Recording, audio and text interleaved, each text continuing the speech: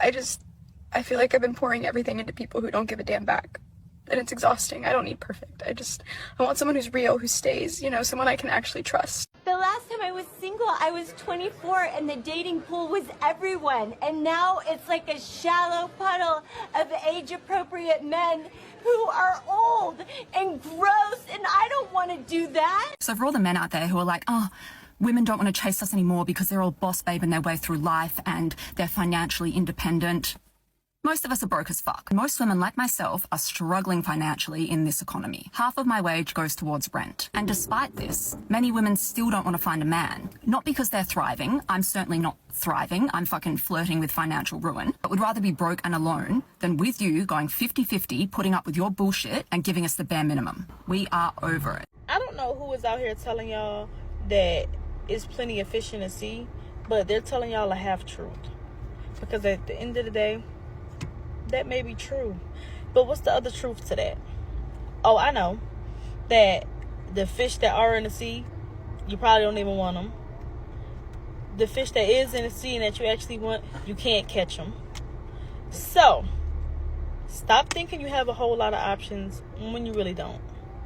The panic hits hardest when the high-value man she's been chasing doesn't reject her. He simply doesn't notice her. Rejection at least requires acknowledgement. Being unseen is the upgrade. The top-tier man isn't playing hard to get. He genuinely has so many options that her existence didn't register on the radar. There's no sting quite like discovering you're not even a blip. I'm so tired of going out with the really hot guy because he's hot and tall and happens to be a Christian. What I found is typically, and there's so many people that talk about this, but the guys that are like at the top of the food chain have never been held accountable because they don't need to. So I'm done with that. I want that Steve and Miranda, Harry, and what's her name, Charlotte kind of love, where their personality makes them attractive to me. Never chase a man, ever. Don't do it. Now, as someone who has a lot of guy friends and through a lot of situationships and relationships and all that jazz, chasing men never works. As women, when we say, don't text me, don't call me, a lot of the times we do want them to call and text us and just be like, hey, I was thinking about you. Men are not like that. Men actually likes you. He will show interest beyond anything else in the world. So if he's not doing that, he does not care. And I don't want to be mean about it, but like, hold my hand. He does not care. He does not care. That's it for today. Bye, loves. I think the dumbest thing that I've heard about looks maxing is the hypergamy thing. Hypergamy? I don't know. Whatever, you know what I mean? About how, like, the top 10% of men get all of the girls and the rest of dudes get nothing. I have never, ever seen a couple where the dude is more attractive than the girl. Ever. Actually fucking never.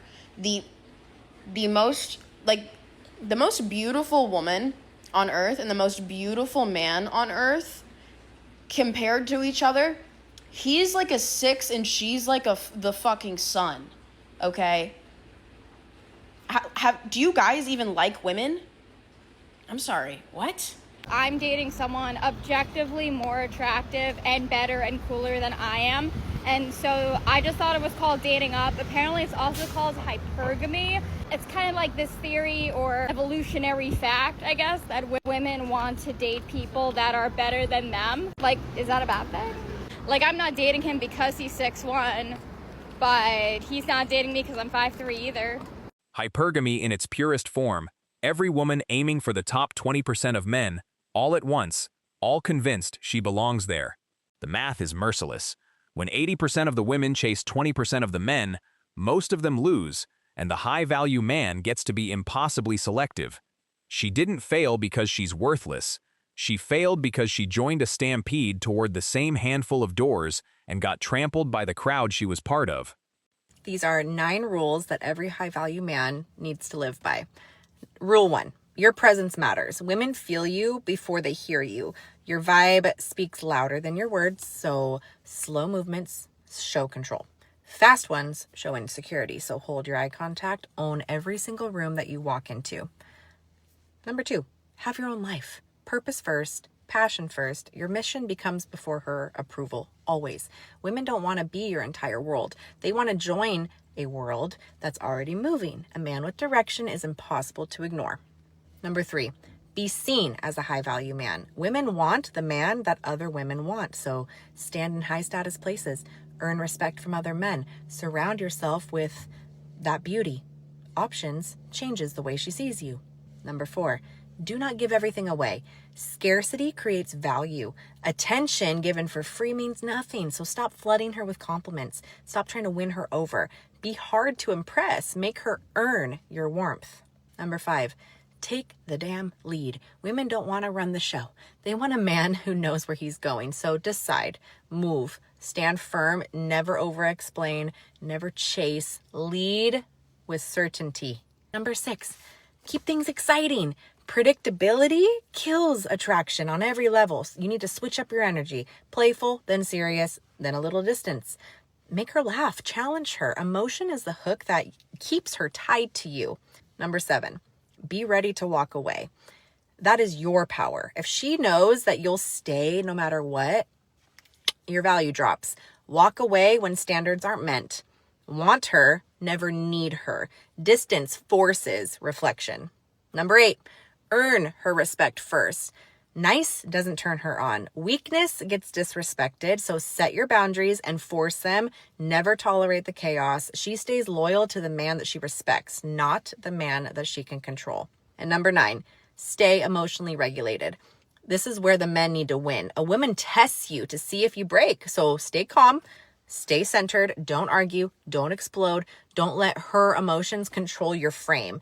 When she sees that you cannot be rattled, she feels safe, she feels drawn in, and she feels that attraction. Live by these 9 rules, and you won't ever have to chase women anymore. They will chase you. The high-value man's problem isn't scarcity, it's abundance. He's got a dozen women in the rotation and zero pressure to commit to any of them. Why would he? The market hands him everything and demands nothing in return. He's not a villain for it. He's just responding to incentives the dating culture built and then act surprised about. Sweetie, you designed this casino. Don't cry when the house plays optimally. Y'all better stop chasing these men for y'all look silly. The only women who chase behind men are desperate and she likes him more than he likes her. Exactly what is she chasing? Someone that doesn't even like her. What does that say about their self-esteem, their confidence, their level of intelligence, their femininity? If you are chasing a man, that's the number one indication that he doesn't like you. He's the prize in that relationship, and he's making sure that you know it.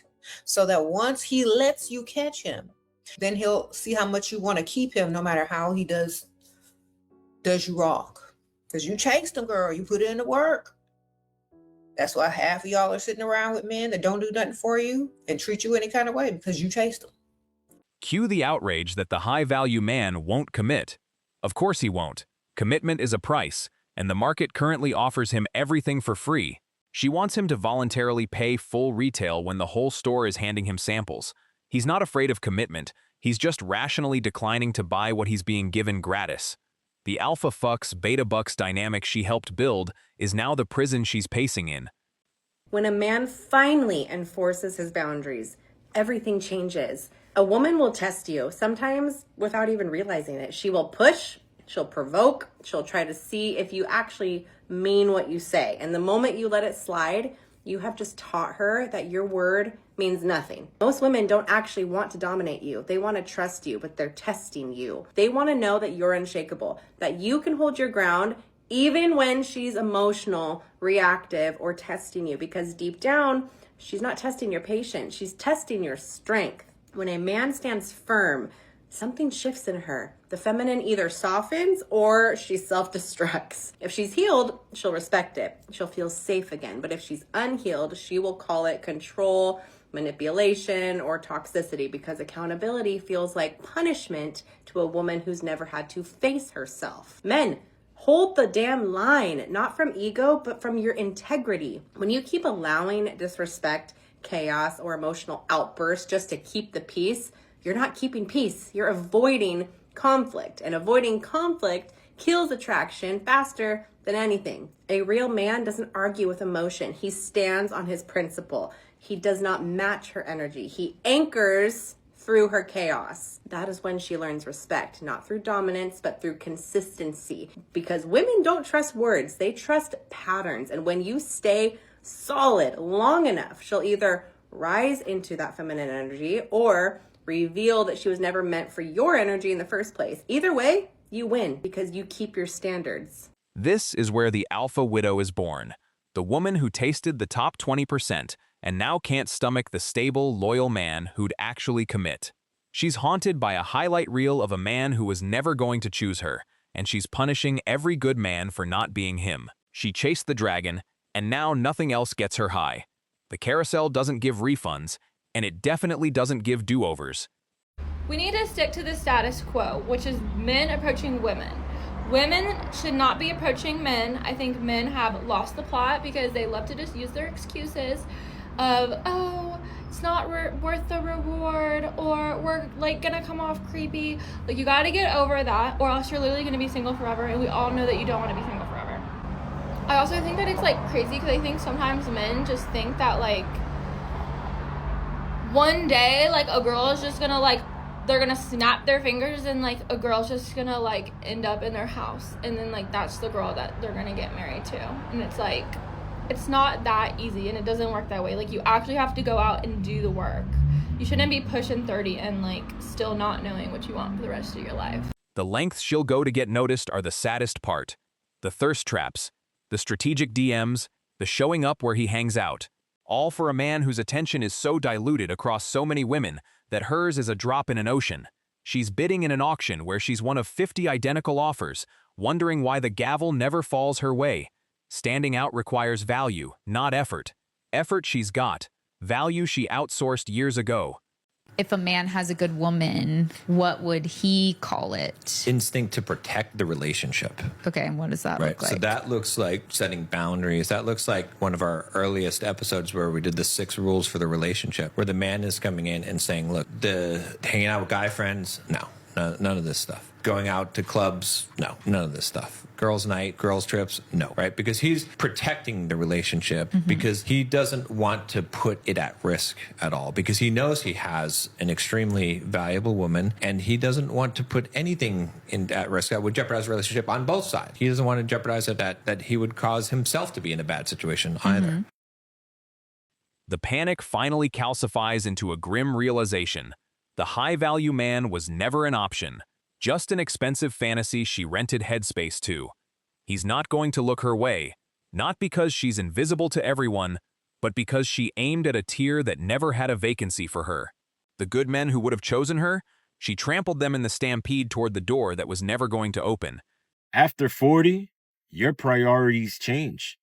You stop chasing drama, chaos, validation, and people who drain your soul. Now it's about peace of mind, sleeping good at night, making money, traveling, protecting your energy, and enjoying the life you worked your ass off to build. At a certain age, drama just starts looking childish. It isn't exciting.